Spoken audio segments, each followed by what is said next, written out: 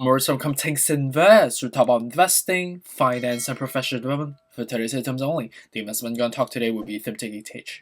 So it's my second posting as of today. Respect to recording time of 12:40 p.m. on the Eastern time. Ethereum currently trading $4,019, down about 3.58% so far.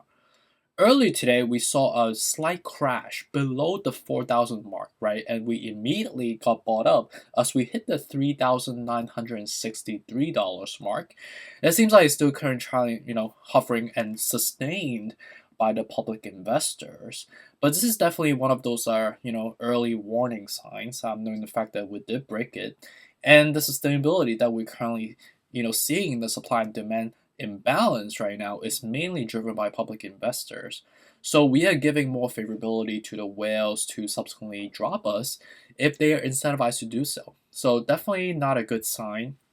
And on top of the technicals we have seen so far, on a MACD and the RSI perspective, we're still leaning more of an overbought, right? And the whale back is forming, so is the RSI still at the 62 out of 70. So something that we have to be cautious about, that more negativity or volatility could be coming. So with respect to, I wasn't planning on posting so early today, but we got some interesting news that happened on Market Watch about 2 hours ago. Talk about the Ether futures ETF can be a next logical step after the ProShares watershed Bitcoin moment. And with respect to this, SEC official explains because of the fact that Ethereum and Bitcoin are kind of characterized as more of like a pseudo type of stable coins, if you may, even though they're not really. The key coins of driving the entire crypto markets to go up or go down respectively because of the drag effects. It seems like as the next logical step would be for the future ETF, right? So that's something that's behind the work, and this could be one of the early indicator that is about to happen, right? And if that was the case, that means with respect to the bearish sentiment right now that we're seeing, it could be canceled out if the ETF, initialized by ProShares, it's going to be leaning towards Ethereum as well, which, it's going to take some time, in an infrastructural and compliance perspective for that to get approved, onto integrating that into the financial system. So it's going to take some time. But if that was the case, that would technically be a relatively bullish sentiment ahead of the initializations for this, obviously, ETF for Ethereum, right? So something to keep an eye out on, right? Beside that news, let's go straight into technicals, as we saw that we broke below the $4,000 mark. So with respect to current level right now, we are hovering above again the $4,000 mark. Immediately got bought up by the public investors. Right now, trading at the $4,020, down about close to 4% right now. You can see that the MACD is still forming a whale-back curvature. At the same time, RSI is slowly depleting. So this seems like the ball is definitely shooting downwards right now. And the apex was technically formed when we hit the 4,377, which is basically like $30 away from the all-time high that we tested prior. So that's not a good sign, right? And ultimately, we have to watch how Bitcoin is going to be dragging Ethereum, and how is that also going to be dragging the whole overall market to go down, right? Or go up from here. So with respect to Bitcoin, I don't really see any specific catalyst that will be, technically driving Bitcoin to go up from here. Ethereum might be a different story because of this foreshadow on the Ether futures ETF. But right now, if there was no more, positive news or just like more type of neutral news that's coming out, we could technically be, experiencing more of a sell-off. Despite historically, Q4 has been more of a bullish quarter relative to other quarters.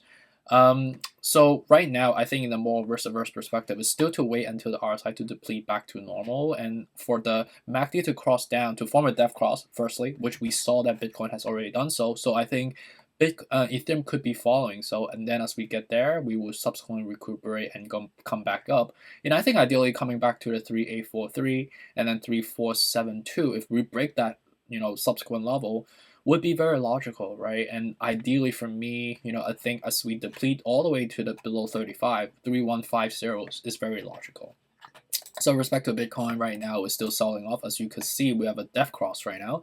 So I think we need to sell down all the way to 56. We need to sell down all the way to 55 and respectively to the 47 if we break this monumental level of substantive platform of the 52, right? If we break that, we basically go back to below 50, hovering around basically the oscillation sideways level of the basically hovering between the 46 to 50, if you may.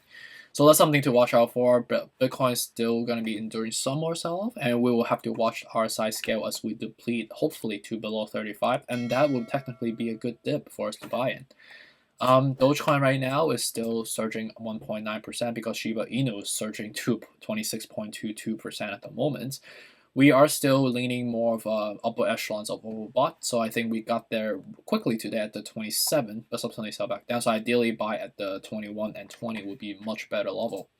Cardano, we are still hovering on a sideways fashion, still at the, percolation effects type of momentum. We're not really trending up, we're not trending down, just been kind of sitting flat in the water. And I think this is the early signs of a downward wedge, which technically if you buy at somewhere around like the 205 would be a good dip. I think Cardano has a relatively good bullish setup right now, to be honest with you. Solana seems like it's selling off as we were trying to get to the all-time high earlier, but we couldn't. Right now, it seems like we hit the apex, that's why we form a well-back curvature. And at the same time, we was 66 out of 70, so I think we will subsequently have to breach this gap and come back to 156 first, and then 136. And ideally, for me to even feel comfortable, 113 to 66 would be a good level to buy at. But knowing the fact that we have a large fall, I think maybe the 66 would still be the logical level for me. XRP we're selling down, makes sense because we have a step cross and we have been just trying to sustain the level, but we couldn't. So I think ideally 105 would be more logical, 101 would be more logical level to buy at. Polkadot right now we are still selling off. We are going to see a death cross, and I think this is going to be relatively bloody because of how big the whale is forming. Well back, to be more specific. We're still at the 60 out of 70. So I think ideally going back down to 30 to 25 would still be the logical play. Algorand right now is relatively abnormal. We have a well back again with the 55. So ideally buy at the 160 to 150 would be more logical. Shiba Inu right now is just, up in the moon. We formed that golden cross. We are 76 out of 70 right now, so very overbought.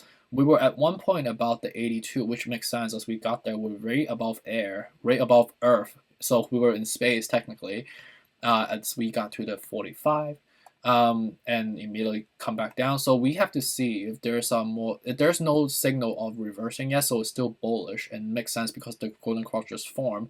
And I don't foresee us to be reversing back down already. So I think maybe try retest to go back to the mid level and then cool down would be very logical. But we have to watch the curvature of the MACD for us to confirm. But still very high risk because of RSI is still relatively high.